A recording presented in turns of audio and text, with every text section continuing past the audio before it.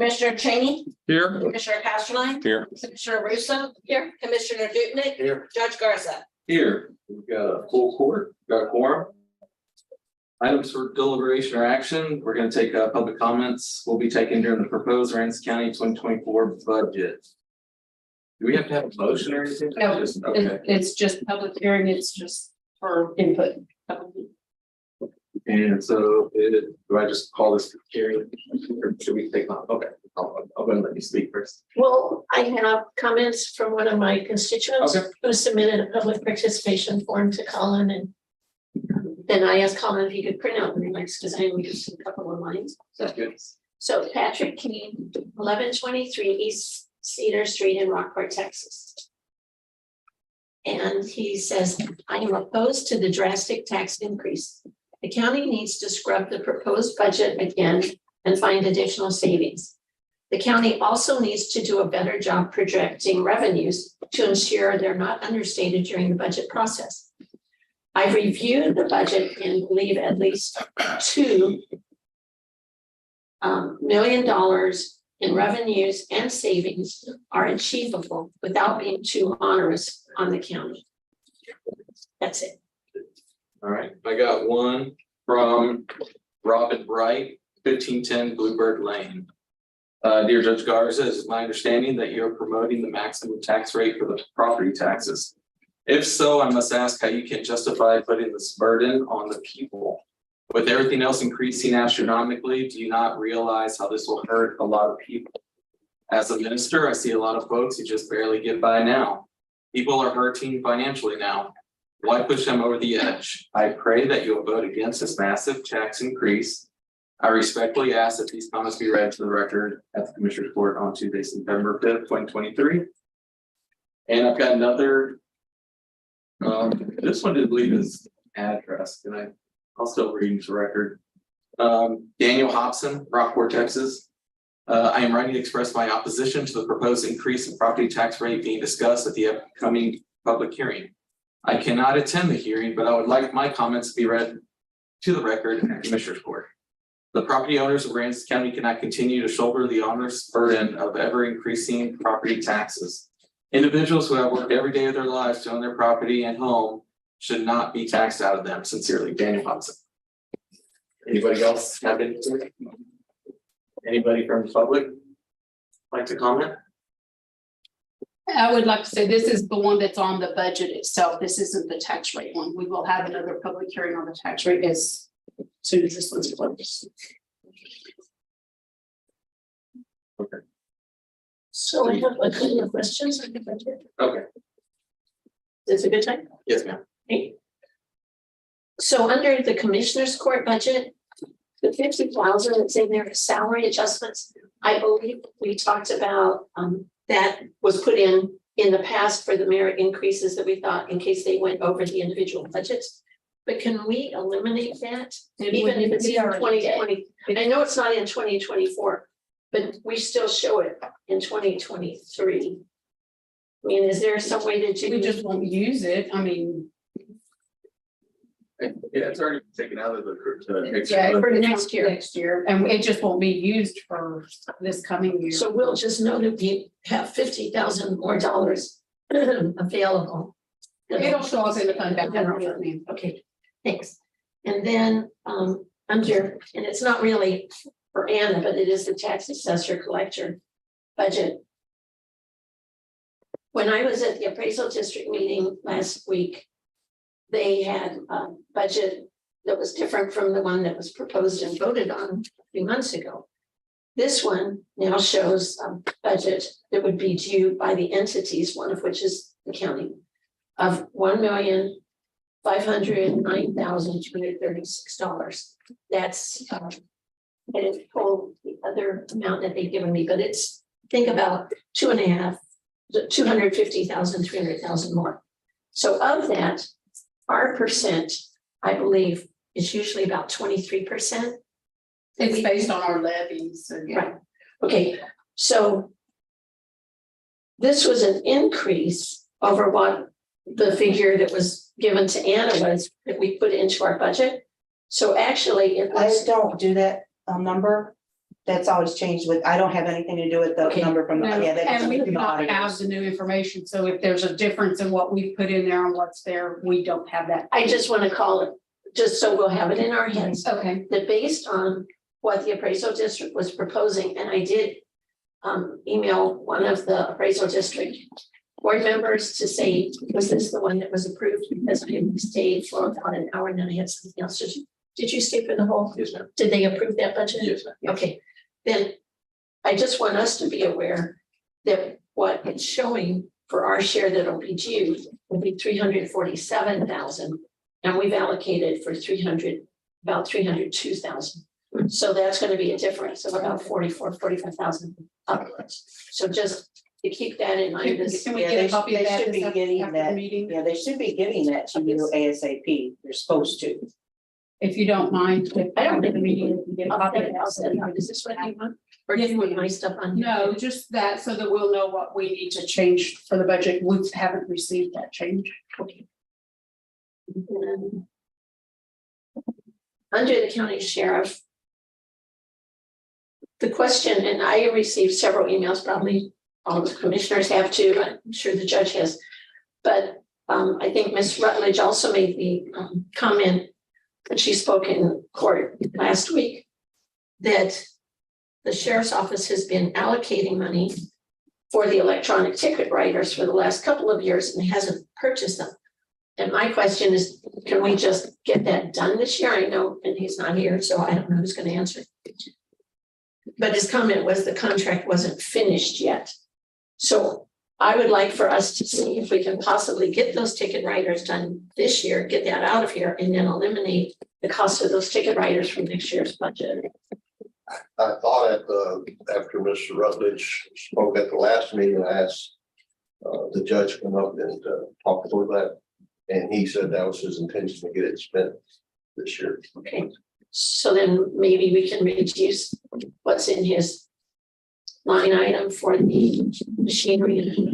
Well, I mean, in next year's budget, in the 2020. In the 24 budget? Yeah, he plans on getting it spent in that budget we're looking at working on right now. My memory is it's a Tyler product that they need, and reaching a contract with Tyler is not easy. That's exactly what the issue is trying to negotiate with Tyler. Okay, but I had heard good things about Tyler, where Tyler's on that awesome and juror software, so we kind of got through that. yeah. But thank you. Under animal care, and I know we talked about several things. I think Wendy had sent that page with all of the different items that the committee had recommended. But what was the 10,005 in office furniture and equipment going to be used for? That was a mount for the new truck. Okay. Not the 60,000 under machinery. The 60,000 was to replace their That's older right. vehicle. Yes, ma'am.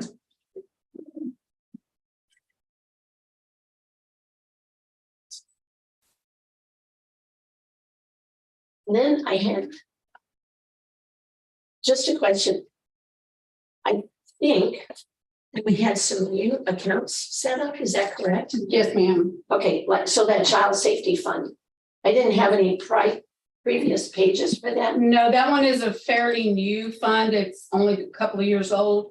We haven't ever budgeted anything with it, but we do intend on transferring the fund balance that's in there into general fund. So we added that so that we could show that transfer, as well as the one for the other one that you got. I think the next. And election. Right, Yeah. okay. Well, I thought I had four of this. And maybe I'll just, since you mentioned about elections.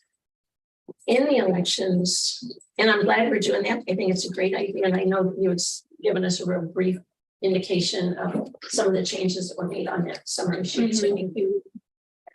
But under that election service contract fund now that's been set up, under miscellaneous supplies, there's $20,000 in there. And I wondered if that 20,000 included the 18,000 for the special thermal paper that they need for balance? We'll verify that with Kevin. We actually did talk to him about that and then maybe what it is where we can, and I don't remember if we reduced the. We didn't. We didn't. No, it still shows the We will double check and 18,000 make for sure that balance. that's what he wanted because some of that stuff is what can be, he's paid through that fund. So there's a likelihood that the 18,000 Yes. in the elections other budget could just be eliminated. Yes. And that's a little bit, okay. So on the indigent healthcare fund 520, in previous budget pages, when it showed what the beginning balance was, beginning in 2022, it was 2,235,000. But in these new pages that we received, it's gone to 2,795,000, which is a fairly significant increase. I wonder why that happened. Because the beginning balance, Maybe a correction of a formula or something, Commissioner. What we've done, if you'll notice, is that we've proposed to move 1.5 million over Right. to back into healthcare sales tax because we have more flexibility with that, and that's just money that's transferred, and we transfer a percentage every year. Well, it's overfunded, so we've moved it back into healthcare sales tax where we have some flexibility with the yes, use. I'm glad we're doing that. I just wondered why the I beginning think probably a balance is, formula. I will double check it and make sure, but I'm sure it was just a formula. because for 22 actual, then budget 2023, year to date 2023, projected 2023, and proposed for 2024. It changed by, it's about $500,000. So, okay, if you just let me know, please. Yes. And I'm glad you're doing that about putting it back in healthcare sales tax. That's a great idea. Well, the treasurer and I have talked about that for several years, and we just decided that it was something we needed to do for the flexibility. Can you say that again? What number is it that you're talking about in indigent? It was the indigent healthcare. No, You said 520. She's talking about. it's page 120. Or, yeah, it's page 120 in the new page that you gave us, and it's page 111 in the old pages. Okay. I'll go back over the old pages, and I think it's probably a formula that candidates.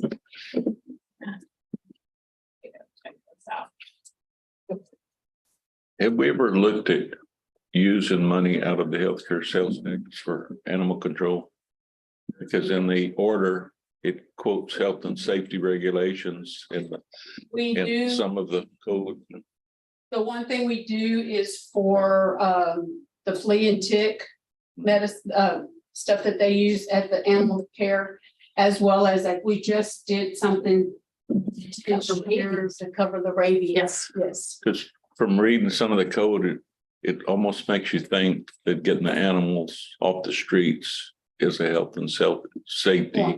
I think regulation. So I'm just maybe something to look into to see if. we can look at that.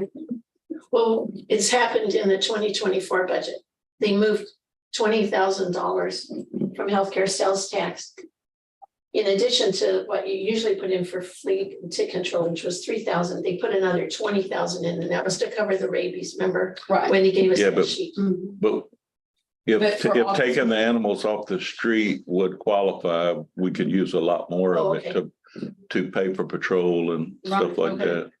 We'll look at that and maybe that we can do all of the salaries or, or a portion of them or something. Do we use any of that to pay for the salaries of administrative costs for the indigent? The ladies? Yes. Oh, they. Yes, their salaries are paid. through that.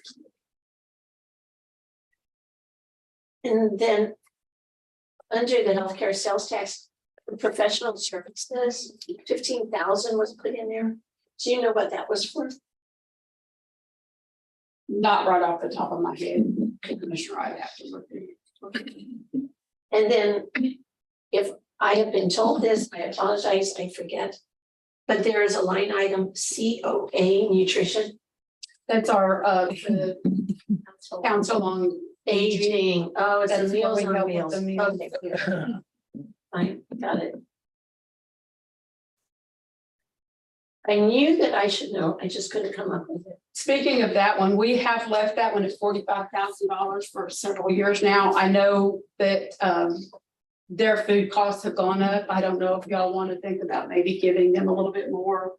No, I'm glad you mentioned it, because what I was gonna say is, we've allocated 45 for the year, and this is through the end of July, right? Yes, ma'am. There's about 34,000 in there. So if you look at it, that's 7 months of year. The implication would be it's gonna end up about 58,000 for the Well, year. we give them quarterly. We give them just a flat amount quarterly. But I'm just meaning, Right. I think we probably should bump up that amount. Is that the same fund Alma had talked about because of the issues with the food bank Yes, sir. of giving them like $100,000? Is that the same? Yes, that's the same. That's the thing. same line item. Actually, I'm online. Don't want to increase that. And I don't have that folder with me right now, but I do believe that they did request $60,000 for 2024. Well, I'd like to propose that we move it to 60,000. I mean, we have it in there. We can see that. And that comes from health sales tax. Yeah. Yes, sir. Yes, sir. Okay. We need to also look, we haven't finished the contracts on ambulance, but our contributions to the ambulance are have been a little bit higher. So we have not had the contract completed, so we're not funding it as much as what we budgeted, but we may have to look at some additional funding for this. But that again comes out of healthcare sales. But we boosted it for this year by 100,000. Yeah. I mean, this year for 2024. Yes. I just don't know because the contract's not complete and it's gonna be based on calls, the percentages and stuff, once that contract is complete.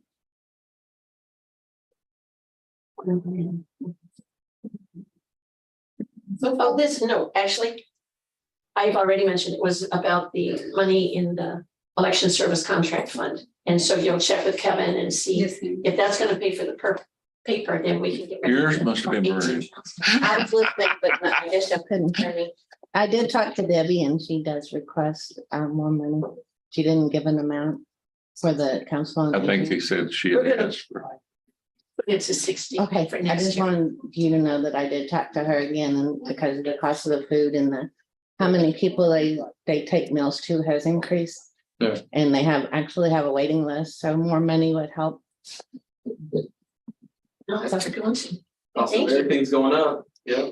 And the food bank doesn't have the supplies they used to have. Ms. Rutledge, should I speak? I don't know what I missed. Should I just do it from here? Okay. I don't know what I missed before I get in, if there was any change. We're talking about the tax increment. Is that the item we're on, number one? Or the tax rate? Yes. Okay. I think it's not We're not on that yet. on budget. Are we on? There's two agendas. Oh, I missed the other agenda. So we're on budget, We're on budget. not tax rate The yet. tax rate will be following Okay. immediately. Thank you for the clerk clarification. Christy Rutledge, 1411 Dana Drive, and I want to thank you all for considering better usage of your funds. I see some progress here, and I think that's really going to help you all in the general fund. And my hope is that it helps reduce the tax rate instead of just filling up the general fund with more expenses. Because obviously a 27% tax increase is a really, really huge deal. There was an issue that came up last week. It was a non-related item. I wasn't prepared for, but you brought it up just now about the animal care services. And I adopted a dog this week, Friday. And that dog had been in animal care for 6 months. And his time was expiring. And so Melissa Esquivel took him. And she couldn't keep him any longer. And so I went and met him.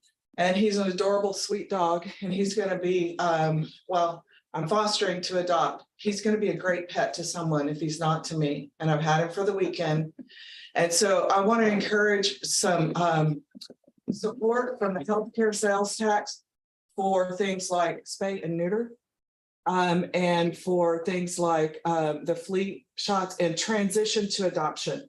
Because your goal should be to get those pups adopted into safe homes, etc. So, and that's possible because you have a lot of volunteers in the community that have stepped up. In fact, a friend of mine donated through his business $10,000 to help give outdoor kennel space so that the kennel techs could clean those kennels, and then the volunteers could move the dogs while the kennels, inside kennels, are being cleaned. So your community is stepping up in a big way. The puppy that I have this weekend with me is crate trained, is leash trained, knows how to sit, shake, lay, and do all this on command. For one reason, he spent his whole life in animal care services because of the volunteers that you have there. So I encourage you to embrace your volunteers and use what resources. A little bit of money can go a long way. And pet ownership doesn't only help with the health of the pet and that aspect, not having stray pets. It helps with the health of the owner, right? That companionship. So this is a big deal. Regarding some of the expenses that I saw add into the budget when y'all started moving some money around, and again, I thank you for that. I'm concerned that we added in $200 and something thousand for the airport for a grant match. If we don't have that grant, please, that's a 1 cent on the tax increment. If we do not have that grant yet, let's not put that in the budget. I'm concerned that there's line items that are still being budgeted for. I mentioned specific departments, specifically the sheriff has quite a few line items that have not been spent. When I looked at it over the period of the 5 years, back to 2018, it's a couple $100,000, $300,000. That's another cent on your tax rate. Okay. It represents overtaxation. I understand you want to have a little room so that you don't have a debt reserve deficit, but you also don't want to overtax us. And 27% is just too high.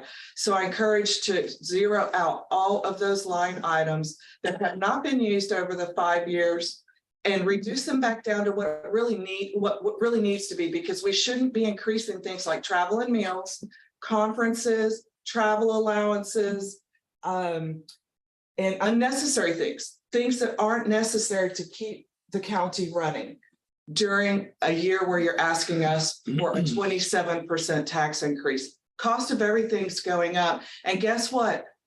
My income is not going up. So what happens when the county and the city and the school district raise taxes all at the same time and my appraisal goes up? Food comes off my table. I don't get to go and give my grandkids Christmas gifts. These are the realities. And I'm an executive, I manage a nonprofit. Things that start having to cut from my budget, real things. I don't have the ability to just make more money. What am I supposed to do? Get a second job? Because the government is spending money that you don't need in the budget. So if you don't need it, please zero it out. It's just the right. Thank you.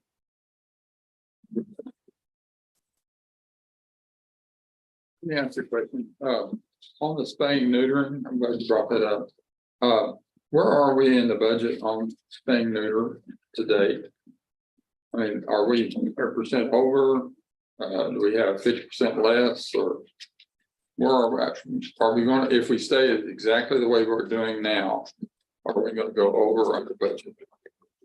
You know, Dan's looking it up while we're talking. Lori has gotten a lot of donations for spay and neutering. I know that's kept separate.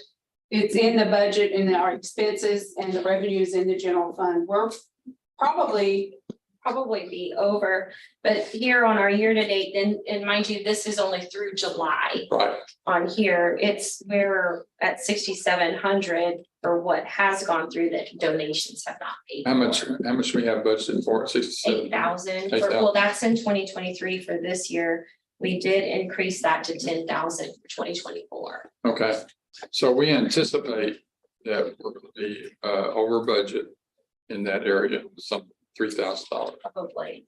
Do we need to go ahead and change that now? Because, you know, the spaying, neutering, and the only thing we're going to ever be able to do really make any big difference on that amount of animals out there spaying neuter. I mean, well, let's look at putting it through healthcare sales tax. I mean, if we feel like that's something that we can take through them, but Yeah. if we Take could, it out of general fund. I don't know what it takes to be able to spay and neuter. I mean, I really don't. But if it takes somebody else to do it, if you have to be certified or whatever, and as Ms. Rutledge and other people have said, they just don't have enough people to do all this stuff. And Gloria said, do we need to look at either changing the contract to do that or whatever and adding more money in that? Because coming out of healthcare sales tax, that's a lot better than having to go in later and do it. And if we can double our spay and neutering issue, it's not a lot into the new budget, but it is a real major step forward, because it seems to me like that's cheaper than having to go out and build a new shelter or add a bunch of stuff on it. It just seems to me like we need to spay and neuter's done. I mean, they're not gonna have any more cats or dogs. I mean, that's just done, and they're still out there, and people take the time to get them spayed and neutered. They're normally don't let them just run loose.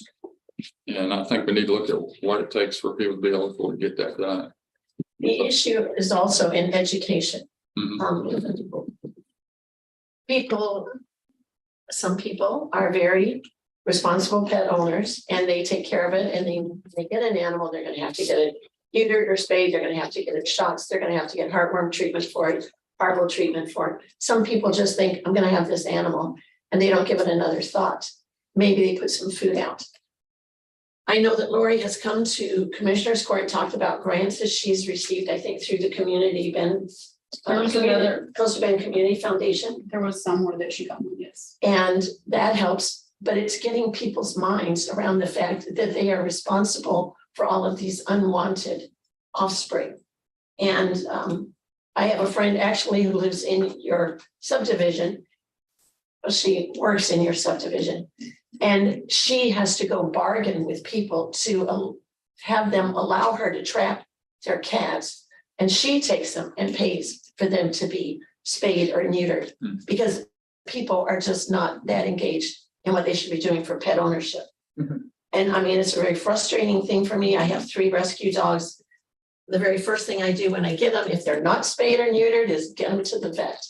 And I know that we have contracts with the different vets, but just like our primary care physicians, for people in this community, we don't really have quite enough vets. I've heard that Rockport Vet is hiring a 3rd vet, and he's going to expand, and that'll be a good thing. But sometimes you have to wait a few weeks or a couple months to get the dog or cat taken care of. And people, my pet sitter is actually taking animals over to Corpus Christi tomorrow to get them spayed and neutered, and waiting and then bringing them back. And she's doing that through Another Chance. Well, I don't know if It's the it's the education same, part. I don't know if it's the same lady. My brother lives in the subdivision, Jackson.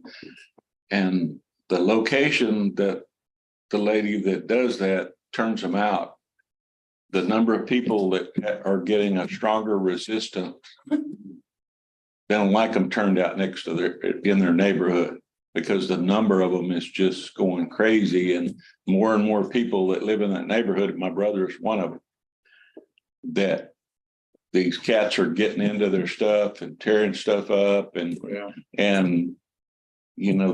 there's a lot of sentiment that's turning the other way on We're the not an aficionado of cats. neuter and release. I mean, whiskers go. They're everywhere.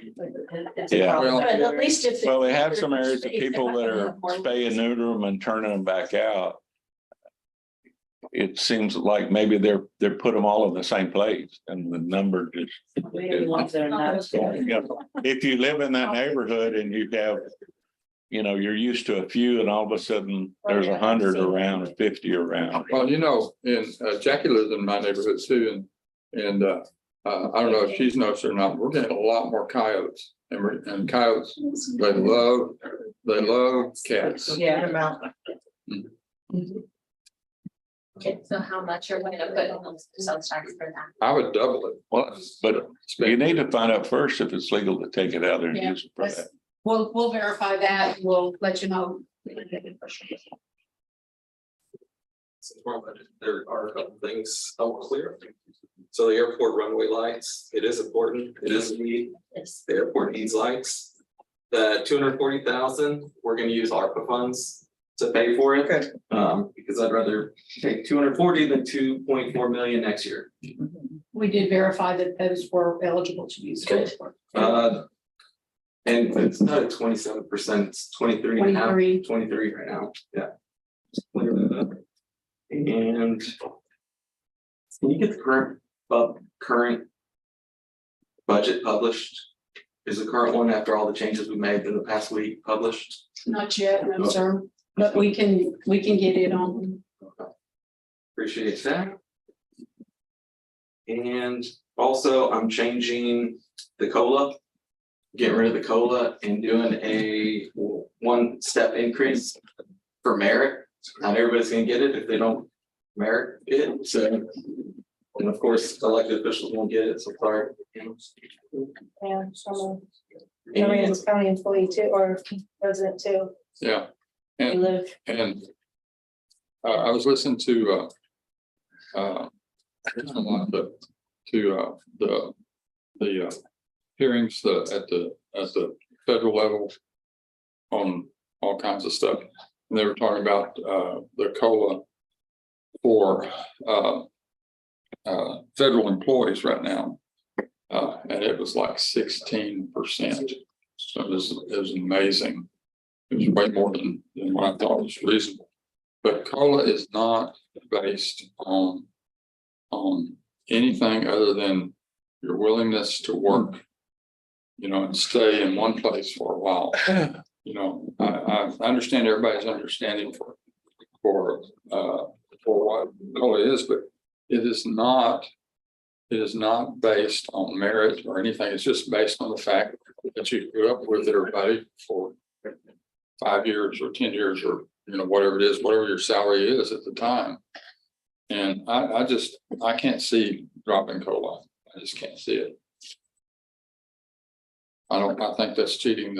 I think it's not cheating. I think it's not recognizing the value of your employees and their ability to stick with each other. another thing we clear up are the property values. So when we did our budget, it was based on the certified estimated values. They're finished 95%, so now they have certified values and they actually went down. Is that correct? that is correct. So it didn't go up, we're not getting more money, it's gone down. What's the new number? I'm just curious.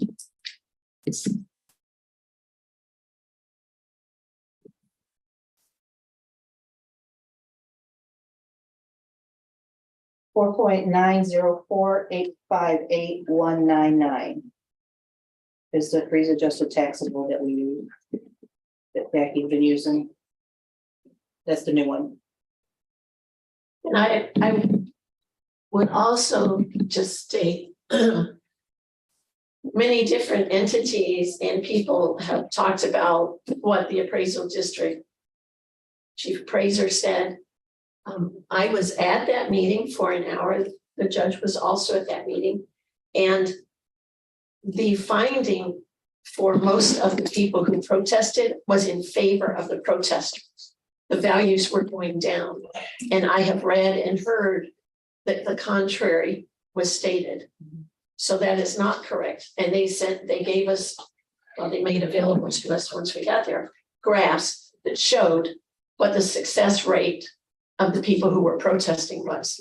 And it was very much in favor. And I think that they had over twice the number of protests this year as they've had in the past. And normally it's around, I believe last year was around 2,900 and this year was 4,000 or something. Yes. So when I heard the statement that the appraisals were going up because of the, findings were always or mostly in the favor of the district, that is not correct. And they haven't finished the protest hearings. I believe he said they were going through the end of this month. Right, there's 5% left, but that 5% won't really They make a usually dent. take them through, it'll probably be throughout next month. Okay, next month or no, that just depends. But considering that Every so year. far the majority is going for the protester, even if it's 5% left, that's probably going to continue, that the majority of those findings will go for the protesters, so it may go down slightly more. And that's the same routine of every year. Our roll changes every month. So that's what supplements do for the roll. So I've already today had another supplement that I processed for 2023. So that number that I just gave you may be different at this time as well, down more or whatever. I don't know what's on the supplement. I didn't read it all yet. I just tried to process it and came here. But that will change all through the whole year, and their lawsuits are finalized and everything, so that number changes all the time. But the estimate was, what he said, 3%, 3% down. 3% down, which is very good with a good, because that was a very good estimate they did give us. And like I said, this isn't anything rare.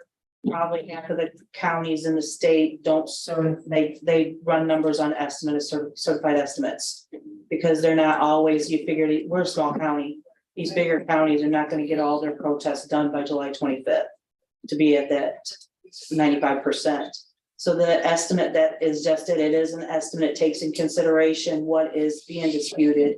And so that, like I said, it worked out really well. But if we did lose the 3%. Another thing, clear up sales tax. It's not on the rise, it's on the decline. So we zeroed that out, or not zeroed it out, but we're not putting an increase in sales tax. It's the right thing to do. We could have a phenomenal Black Friday and Christmas, and that'd be awesome. But the trend is that it's going down. That's how we're budgeting. Judge, Yes, sir. as far as the 1% that your step increase based on performance. Yes, sir. What do you anticipate the savings be versus giving a 2% COLA to everybody? Because I mean, that's being subjective, but So if The step everybody, increase is 2.5%. so if everybody gets a step increase, it's an increase of 30,000 compared to a 2% COLA for everybody. so that would be potentially, 30,000 increase if everybody gets. because one thing I know there's always concern about costs, but you talk to, we'll say, different departments, they're really losing employees because it's so easy to go find a job with better pay, even though I know everybody talks about the benefits you have once you retire, but people have to live in like 170 of our employees, the median salary for 170 of our employees is 47,000 a year. What does their bring home out of that? That's my Well, question. and that's what I was, when you take out your insurance, different cost tax, they're not making that much to start with, and even a COLA, 2% COLA, which I'm glad you're looking at, maybe that would be better with the step increase, because a 2% COLA, when it's all said and done, you're only looking at bringing in another about $75 a month before taxes and all the deductions, and that's not a whole lot of. And I understand people are saying, well, everybody's suffering out in the street. That's true. But we have to have competent, qualified employees as much as we can. And just like the school district has lost great people. It's a thing a lot of our departments deal with continually. And I think we need to make some kind of effort. So that one step increase is there. And I'm sure there's some employees that probably don't qualify. But for the most part, I think, and we have, when you talk to department heads, we have employees that are competent and qualified, and there may be a few, like I say, you have to kind of guide them daily, but they're there, they're reliable, they're doing their part, yeah, and so just want to make sure we, do consider that. But you are saying the 1%, one step Versus. This is 2.5%. is 1 step is 2.5%. Right. And we do offer longevity pay, I so, understand. I mean, Commissioner Cheney saying, well, they do show up every day and they're here. We are public servants. I mean, we are all public servants who work for the county. And with that comes a responsibility. And I think to some extent, maybe a little bit of pride in what we're doing. We are providing important services to our community. And that's important. Does that put bread on your table? I don't know. But I mean, I've always wanted to feel good about the work I was doing. And salary was not the overriding issue, and it certainly isn't if you're a commissioner in this county, because I think we're the lowest paid of the elected officials, and I'm okay with that, and I know that's what came with the program. And we reward people. I believe we should reward people who are doing exceptional jobs by giving them an evaluation and a merit increase. And if they are not doing an exceptional job, I think an evaluation needs to be done and they need to be brought up to speed on where their shortcomings are and correct them or find a different position. I think it's a wonderful thing to work for the county. And to talk about what the federal government is doing with COLAs, the federal government has no reality that's based anywhere in anyone else in whatever community. But I look at the COLAs that have been given over the last few years here. So in the current year, a 5% COLA was awarded. The year before that, a 7.5% COLA. The year before that, a 2.5% COLA. The year before that, a 2.5% COLA. We have provided. And on top of that, we've seen other people who maybe took advantage of the merit increase system, and we're going to address that, and that hopefully is going to go away. But I think if we're going to look at giving a message to the employees, it needs to be, if you're doing a really good job, you need to get rewarded for that. And if you're just showing up every day and taking your paycheck home and you don't really care about it, then that's fine. You keep collecting your paycheck, but we're not going to reward you for that attitude. You know, I think your point's well taken as far as we're not the federal government. But who is it that does the main driving of the federal government, of the things we do? Fuel costs, taxes, the cost of food, the cost of purchasing everything. The first people that get the money is the feds. But yet we said we're not with the feds, we're not affected by the feds. We're driven by the feds. I mean, that's what we are. And I don't want to, you know, we want to increase double for you know, some things and we miss something on something else. I just can't see us balancing that on the backs of the employees. And I think that's what we're doing. And I don't agree with that. And I won't vote for that. I'll vote for the budget as a whole, but I'll make sure that the employees know that this commissioner supports the basic cost of living. Merit raises, I think that's entirely up to this court to decide what we want to do who is eligible for a merit raise, not persona, but by occupation and performance. That I agree with that 100%. I think we need to look at that and everything, but the employees cannot be held responsible for a decrease in their effective purchasing power year to year. And so, you know, I just, again, I don't think it's right to balance any part of the budget on the backs of the employees when they have nothing to do with that. So anyway, that's all I'll say. We need to be sure and announce the date and time of when we're going to adopt prior to closing. Okay. We need a motion to do that. No, ma'am, we just have to announce. Are we next Tuesday or? Next Monday, it will be September 11th. Yeah. At 9 a.m. We will be having another public hearing at that time for both the budget and the tax rate. Just so that we can comply with some of the statutes that require that we adopt the budget as soon as we have the public hearing. So we wanted to make sure that we gave the public a chance, but then we also met statutes by having the second public hearing. So read it into September 11th at 9 o'clock. We'll have another public hearing on the budget. And Judge, I would suggest that we do have that in Commissioner's courtroom. Okay. And simply because people that see it in JP room think We that. do have. It We have it is, there is a scheduled, but norm. this was an off Monday. So Okay, good. And we will be adopting, we will be Immediately adopting it that afterwards, day. we'll be adopting the Yes. budget. Okay. Right, so I guess, A motion to adjourn this one and start the other. Move to budget hearing. Second. Commissioner Cheney, Aye. Commissioner Casterline. Aye. Commissioner Dukenyak. Aye. Commissioner Russo, Aye. Judge Garza. Aye, Should have tried to write and at the same time. that means I adjourned. can't write and speak in Alphabetical order. I'm gonna go ahead and call this meeting to order for the public hearing for tax rate, Yes, sir. for the tax rate. Commissioner Cheney. Aye. Commissioner Casterline. Aye. Commissioner Russo. Here. Commissioner Dukenyak. Here. Judge Garza. Here. Aye. All right, now we are in the tax rate.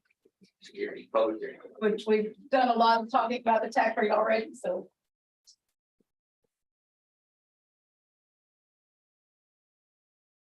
Ms. Rutledge, you first. Thank you. Christy Rutledge, 1411 Dana Drive. Regarding the tax rate, I don't know what it is now. Is it set at last year's rate? Yes, ma'am. Okay. Just in what I've experienced with this process, the first time I've kind of followed along with the county on your budget process and your tax rate, it feels like there's budgeting to the tax rate. Like, we're gonna achieve this specific tax rate. You knew you had some increments that you're gonna lose this year, what, 3 cents? I went back and listened to all the videos. 3 cents will go away if you don't take them this year, and then another 2 cents, right? But I don't see any reason why we budget to the tax rate. I think we should budget to the maximum tax rate. We should budget to what we need and nothing more. We shouldn't budget high and say we'll save 10%. Because then that's just like intentionally overtaxing to hold on to reserves, build reserves, whatever you end up doing with it. And it doesn't seem appropriate to do it that way. So as far as the tax rate goes, I'd like to see that come down. I don't see any reason why it can't. We've identified a lot of different ways. The sheet that I handed out to all of you showed at least 6.3 cents that could have come down. And 1 penny is $250,000. And I'm glad that you moved the airport thing over to ARP funds. I think that's great. Keep utilizing your funds to bring that tax rate down. Because what happens if you don't get the maximum tax rate this year? It's not going to be the end of the world. You're still going to have 2 pennies or 3 pennies, 2 pennies that you can pick up next year in an increment. It's really going to be okay. And you're going to do fine. You do have a healthy, reserve. We have enough to make it through an emergency, to pay your employees. We've made it through Hurricane Harvey. It's really okay not to max out the tax rate this year. So I encourage y'all to take another look at that. And your goal should be to reduce the increments. Instead of getting that 4.8 cents in increments, shoot for lower than that. But your main goal should be to only tax for what you actually need. And so I identified a lot of items that haven't been needed over 5 years, and those amount to tax pennies, savings to the taxpayers. And I don't see why you wouldn't do that. To correct the statement that was made about Rockport City, they did say in their meeting last week that things went in their favor and they did get an increase. I talked to them since then. They knew what they did wrong. Okay. Yeah, they were looking at an estimate that's on the numbers that's based off of the Okay, tax. but that's what they Yeah. said. I just quoted what they said is on Yeah. video, okay? And that's all I can do is go off what's given to me. So I can tell you that my personal appraisal, they're hitting me with 84% this year. They wanted 45 last year and then they came back and they lost and they're coming back with 84 this year. So they fully I intend to disagree do with your that. interpretation of your tax bill. I looked at it myself. after Everybody some- loves to look at my tax After bill. some of the things, you're probably, And I think one that's you're probably one of the few people in the county that the taxable value of their house is less than it was in 2009. Because my house was almost fully destroyed by Harvey, and I shouldn't have to justify that to Commissioner's Court. Because honestly, that's my personal business, and I offered the rate. How much I pay in taxes is my business, but I offered the rate of my increase just for y'all's information, because that's real out there. Because they are wanting to 100% value homes that have not been repaired after Harvey, and mine Well, is one of many. Your value went up, but they aren't able to increase because it's a homestead as much as your value. Your assessed value is only $187,000. Actually, I won my protest and my values went down because of damage from Harvey, which is across my whole neighborhood and across many of our neighborhoods. It's across everybody's neighborhood. Correct. And people are even at protesting. that, most people would like to have what's in your tax bill. Of course they would, but I can't repair my house if I keep getting higher taxes on things that I can't sell the house for Well, what you're taxing me for. Everybody else is in the same boat. I feel like you misrepresented your tax bill. I think that's inappropriate. You know, for it's you. your, I it's think your it's opinion of it. inappropriate. I understand that. It's inappropriate for this conversation because we're talking about tax rate. We're not talking about Christie Rutledge. So, no, I could give you another minute. no, that's okay. I see the direction of the court and I've seen it and I think it's inappropriate. So we're talking about tax rate and you shouldn't tax anyone more than you need to tax them, right? Including me, especially people in depressed homes. Thank you. At this tax rate you're proposing, is there? What is our deficit in our? So currently this morning, the deficit was Right at 700,000. 711. And that's prior to some of the things that we've discussed that may reduce a little bit more.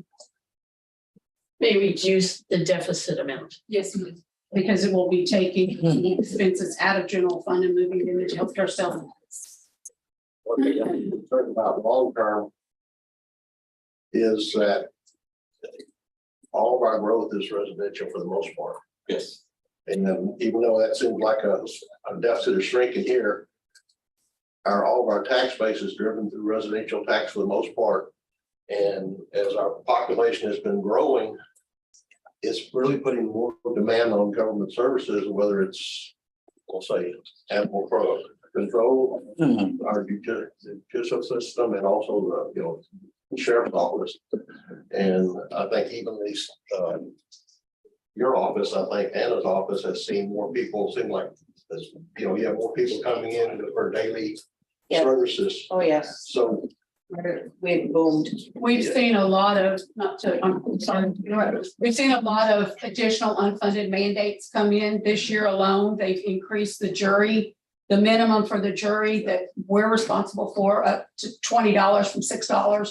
So there's a lot of things that are changing and that we're seeing that we have to do. We have to pay for interpreters. There's a whole lot of new things that actually started September 1 that we're seeing that we're going to have in the next year's budget that are not funded any other way except through our taxes. and that's my concern that, seems like there's, some people may think it's gonna be high, but there's a deficit yet, and we do have more government services coming at us this year, so. Yeah, if we budget to the tax rate, our tax rate would be 38 cents. We don't budget. I mean, we have to prepare the budget Right. before we ever even get a tax rate. I mean, yes, there's some wiggle room and we do work on things, but for the most part, our budget is done prior to any tax rate that we do. I guess I just wanted to say, the last 2 years we budgeted, we kept the tax rate lower and did not do increases that were allowed through the increments. And we reduced fund balance. We budgeted, commissioners voted to budget a deficit budget, which we have done in several consecutive years. Last year in 22, we did see a reduction of $1.5 million. We saw that with our audit that actually did, and we had budgeted, that was about what we budgeted.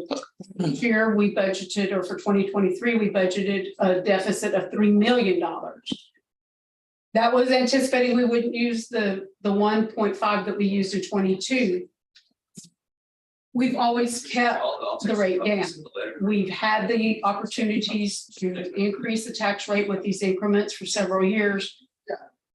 Commissioners have chosen not to do that and to use fund balance. I'm not saying that we need to use them just because we're going to lose them. We're at a point, and we knew last year when we went into this, but that we were going to have to increase the rate more than what we had wanted to, because we have kept it low.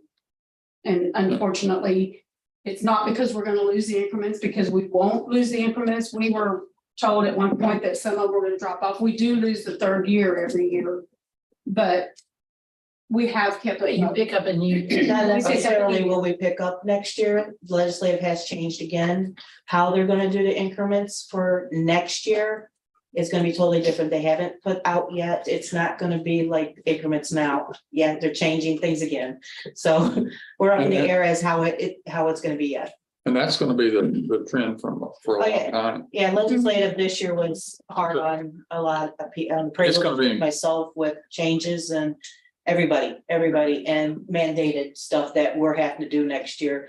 Stuff that I have to do even online next year. I'm gonna have to next year, if people want their bills emailed, have to be emailed.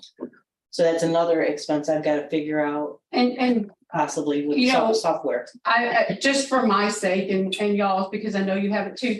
When we talk about our conferences and stuff, we have requirements. Those are by statute. Yes. They're mandated that we go to those and get some of those, all of those, CEUs, the continuing education. That's all. I mean, that's a requirement for our positions. I mean, myself and a lot of the other Mine elected by law, officials. I have to have. So, all and that's that. statute. So we Yeah, can't same even, thing. and those costs are going up. So we have to budget for that. There's also a line item for travel or vehicle allowance, Mhm. and that is, I mean, we can do by mileage, but it's gonna cost us a It'll lot be- more. yeah. It'll cost us a lot more. Well, for what I drive every day to come here and back and forth to the banks and everything would be a lot more than what I get, Absolutely. a lot more.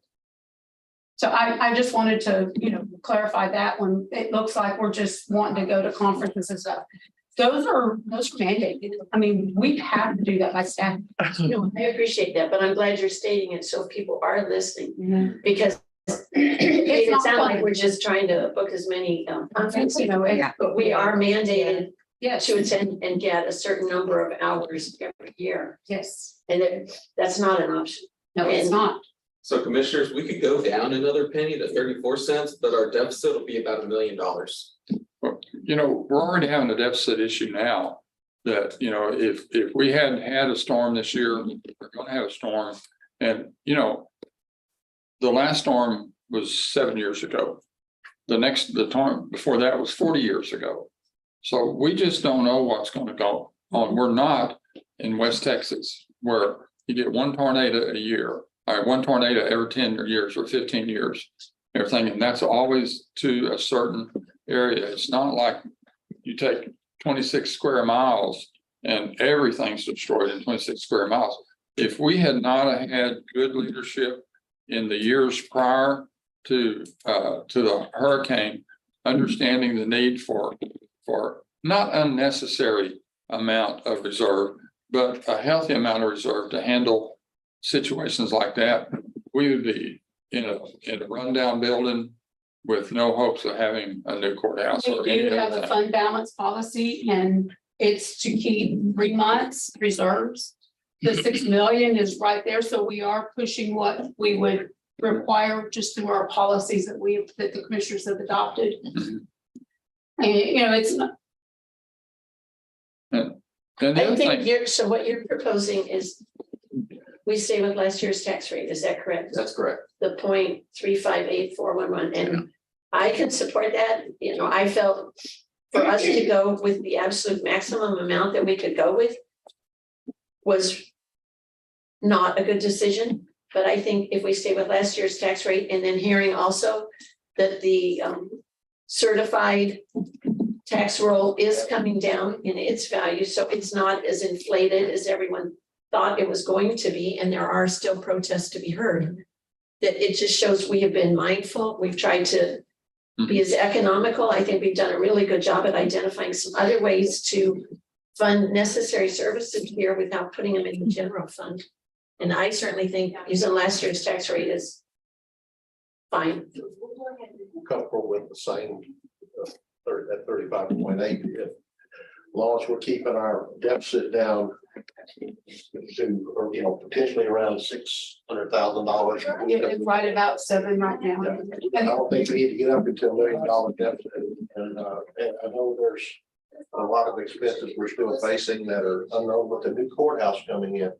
And that's, you know, you can plan all you want when you move, whether it's a home or especially a building like that, we're gonna have all kinds of unanticipated expenses. And I think, you know, that could have a negative effect on the budget long-term also. So I'm comfortable with leaving it at 35.8. Well, not many years ago, our budget, our surplus was only about $3 million, and we gradually worked it up. And I think the way costs are, I don't think that's an overdone amount for as a surplus. It's best practices for governmental entities to keep the 3 months. Well, and people think that a lot of people don't understand that we're up here to serve them. We're not up here to serve ourselves or other things. And if your water heater goes out at home and you don't have the money to put it back, as a lot of our folks do, okay? If you don't have a reserve of something, it's got to come out of something. It comes out of your gas, or it comes out of mainly food. And so, you know, we need to always have at least 3. I'd like to see 6 months, but I'm just that way. But the 3 months gets us. We know that to get back where we were, it took a whole lot more than 3 months. But we had the reserve. Had we not had the reserve, everything. Another thing too is this is a business. You know, what successful business have you ever seen that didn't have a reserve of some sort? Because things in business change. You know, 3 years ago, we were down at $2.25 a gallon for gas. We thought that was horrible. And now I looked at this morning coming in and it was $3.09, and that's down from just yesterday. You know, it fluctuates so much. So you can't do 100%, but you can do everything that you can reasonably. And 3 months is not unreasonable. And if you look back at the efficiency of this budget under the leadership of this court, you know, I think everybody is at least where they were last year. And some people are better off than they were, but most of the people that are better off, most of them are because of extra training and things like that they've gone to, that they've learned more. I know, you know, I've been here, you know, next year will be 16 years. And 16 years, I know a lot more than I did whenever I thought I came in and knew everything. Ask me about stop signs, I'll tell you about it. You know. All right. Before you close, we do need to announce the date and time that we'll be adopting the tax rate. So we will adopt the tax rate. It's the same, it'll be September 11th. September 11th, 2023, immediately after the budget hearing. Yes.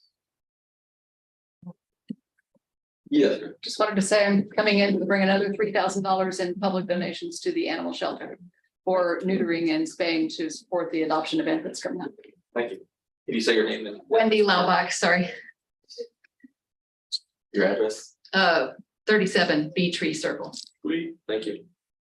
All right. Move that we adjourn. Second. Commissioner Cheney, Yes, Commissioner Applewhite, All right. Commissioner Russo, Commissioner Duke, Judge Garza. Thank you. Right.